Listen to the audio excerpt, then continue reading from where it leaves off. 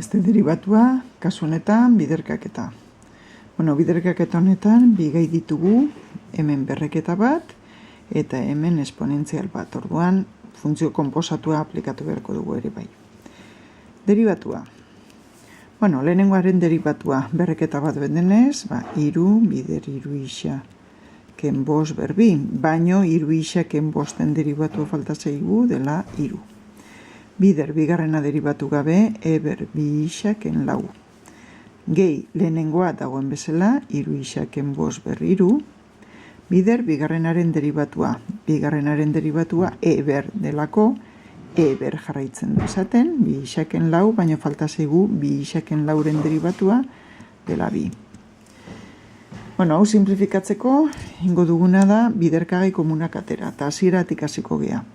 Hemen daukagu, eber bi isa ken lau, eber bi isa ken lau, eta iru isa ken bost berbi, eta iru isa ken bost berriru. Orduan, iru isa ken bost berbi atera daiteke kanpora. Orduan esan dugu, iru isa ken bost berbi kanpora atera daitekela, eta eber bi isa ken lau ere kanpora atera daiteke. Orduan, lehenengo terminoan, ze gelditzen da, iru, ez dugula kanpora atera, eta beste iru bider iru, bederatzi. Gehi, hemen, hau bi atera ditugu, baino batez, iru isa ken bost, bat gelditzen da, hau atera dugu, eta hemen bider bi.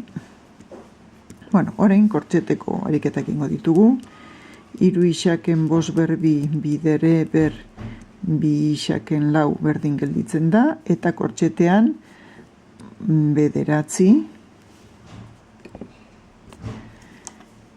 gehi, bi bider iru sei isa, eta ken hamar.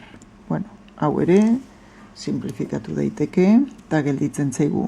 Iru isa ken bost berbi bider eber bi isa ken lau, eta orain bederatzi ken hamar da minus bat, orduan bider sei isa ken